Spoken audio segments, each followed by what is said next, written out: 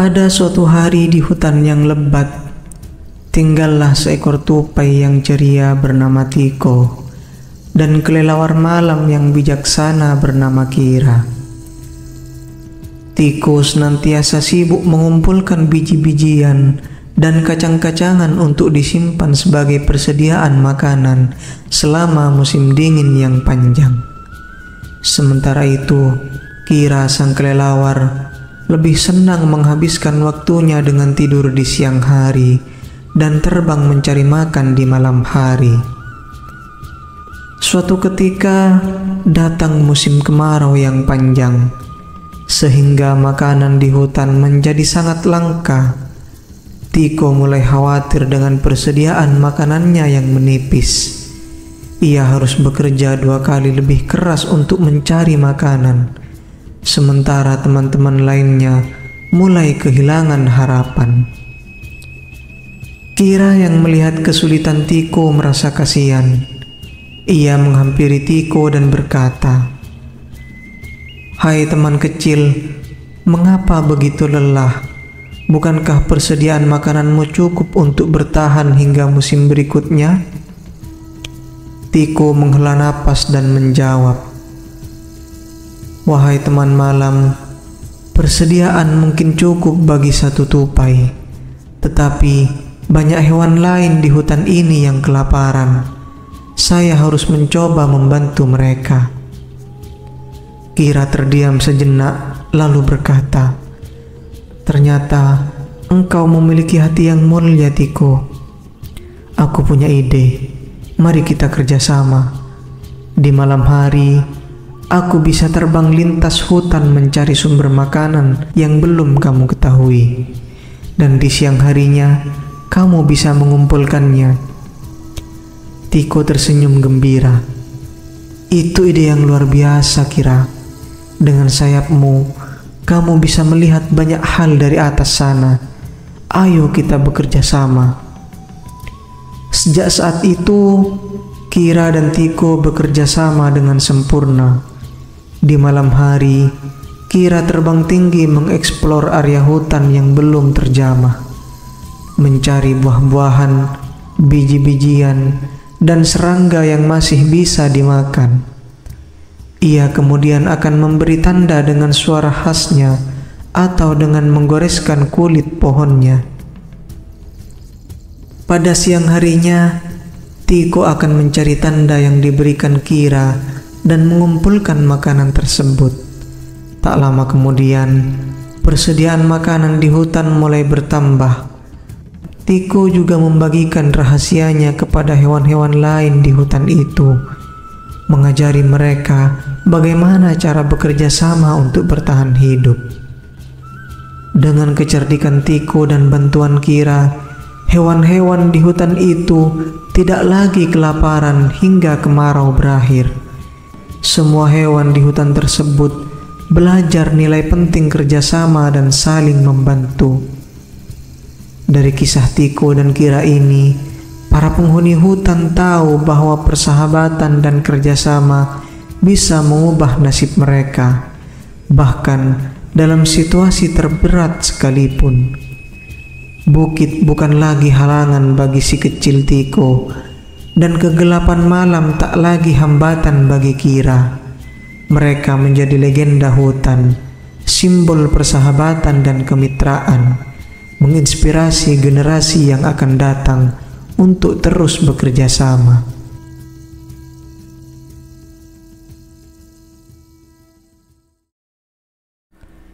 Suatu hari di hutan yang lebat dan indah, hiduplah seekor burung bernama Biru dan seekor serigala bernama Silver. Keduanya hidup di dunia yang damai, di mana berbagai makhluk hutan hidup berdampingan tanpa ada konflik. Biru dan Silver adalah teman baik, meskipun mereka berasal dari spesies yang berbeda. Biru, burung dengan bulu berwarna biru langit, adalah penjelajah yang suka menyusuri langit dan hutan. Dia memiliki sayap yang kuat dan mata yang tajam. Biru senang berbagi cerita perjalanannya dengan Silver, serigala abu-abu yang lincah dan cerdik. Suatu hari ketika mereka sedang duduk di bawah pohon besar, mereka mendengar tentang sebuah legenda hutan yang belum pernah terungkap. Legenda itu mengisahkan tentang bintang biru, sebuah permata berkilauan yang diyakini dapat memberikan kebahagiaan dan kedamaian kepada siapapun yang menemukannya. Bintang biru tersembunyi di dalam gua di puncak Gunung Perak, kata burung tua yang bercerita. Kedua teman itu pun memutuskan untuk memulai petualangan mereka untuk menemukan bintang biru. Mereka tahu bahwa perjalanan itu akan penuh dengan rintangan, tetapi keinginan mereka untuk membawa kebahagiaan kepada hutan membuat mereka tetap semangat.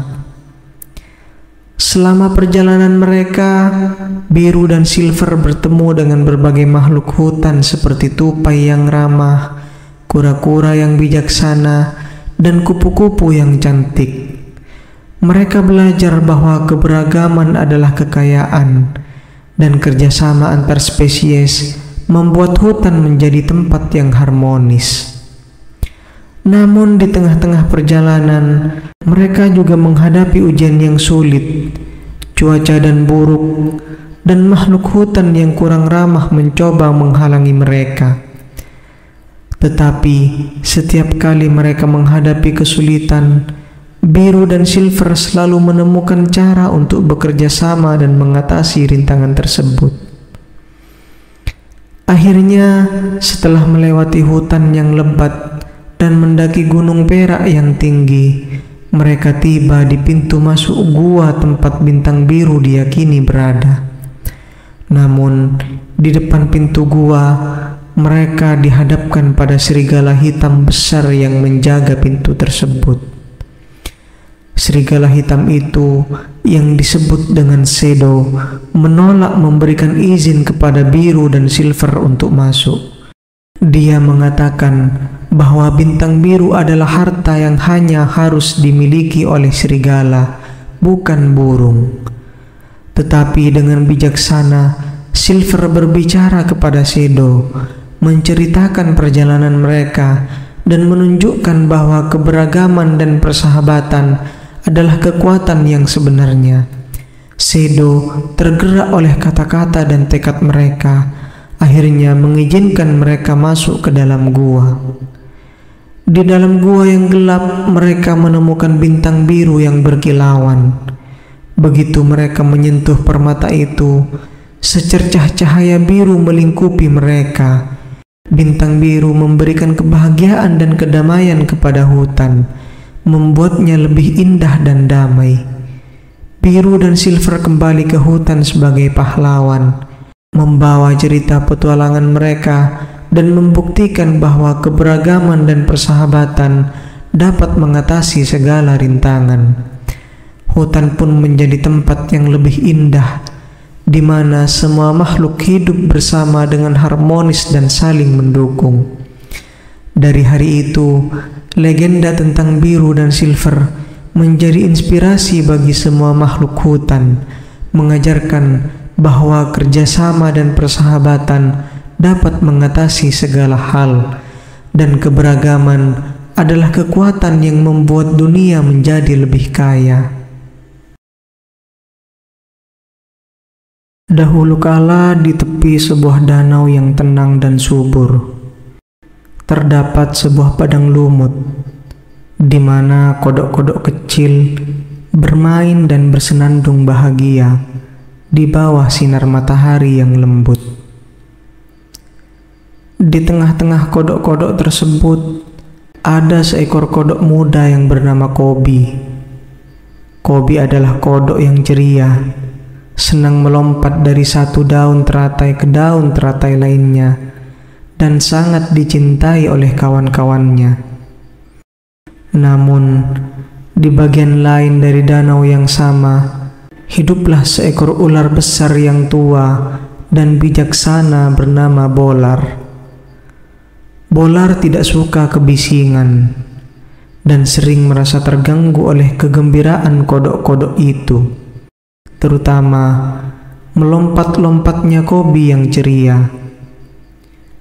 Suatu hari, Bolar memutuskan untuk mengajarkan pelajaran kepada kodok-kodok berisik tersebut. Bolar mendekati padang lumut dengan sangat perlahan, tidak terdengar oleh kodok-kodok yang sedang asik bermain. Dia melingkar dan mendesis, sampai Kobi yang tidak menyadari bahaya melompat tepat ke hadapan Bolar. "Oh, kodok kecil," bisik Bolar dengan suaranya yang mendalam. "Apakah engkau tidak tahu cuaca hari ini terlalu cerah untuk melompat-lompat tanpa perhatian?" Kobi yang terkejut dan takut tidak bisa bergerak atau bersuara. Dia belum pernah melihat ular sebesar dan seberbahaya Bolar. Kami hanya bermain, Tuan Ular." Akhirnya Kobi menjawab, suaranya bergetar. "Aku mengerti, tetapi dunia tidak selalu seindah padang lumut ini," lanjut Bolar. "Bahaya mengintai di setiap bayangan, dan makhluk seperti aku bisa dengan mudah menjadikan makhluk kecil seperti engkau santapanku." Kobi yang merasa hikmat di hati Bolar berkata, "Jika engkau mengajarkan kepadaku cara menghadapi dunia yang bahaya itu, maka aku yakin semua kodok akan mendengarkan perkataanmu dan belajar untuk lebih berhati-hati." Bolar terdiam sejenak, menimbang-nimbang kata-kata Kobi yang penuh kejujuran tersebut. Akhirnya, ia mengangguk perlahan, memutuskan untuk membagikan hikmahnya. Selama beberapa hari berikutnya, Bolar mengajarkan kodok-kodok cara mendeteksi bahaya, mengenali tanah yang berbahaya untuk diinjak, dan cara bersembunyi dari pemangsa. Kobi menjadi murid yang penuh semangat, menyebarkan ilmu yang dipelajarinya ke teman-temannya dan menyelamatkan banyak kodok dari nasib buruk. Berkat Bolar, komunitas kodok menjadi lebih bijaksana dan hati-hati, sementara masih menikmati keceriaan alam mereka.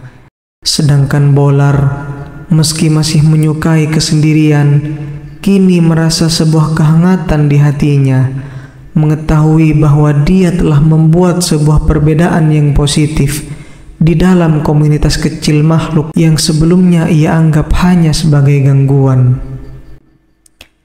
Kobi dan Bolar, sang kodok dan ular itu, selalu mengingat pertemuan mereka dengan perasaan rasa syukur. Dan dari hari itu, danau yang subur itu tidak hanya dipenuhi oleh tawa kodok-kodok, melainkan juga oleh rasa saling menghormati dan kebijaksanaan yang dibawa oleh persahabatan yang tidak terduga. Dan begitulah padang lumut dan danau tetap menjadi tempat di mana cerita tentang persahabatan, kecerdasan, dan keseimbangan kehidupan terus bergema.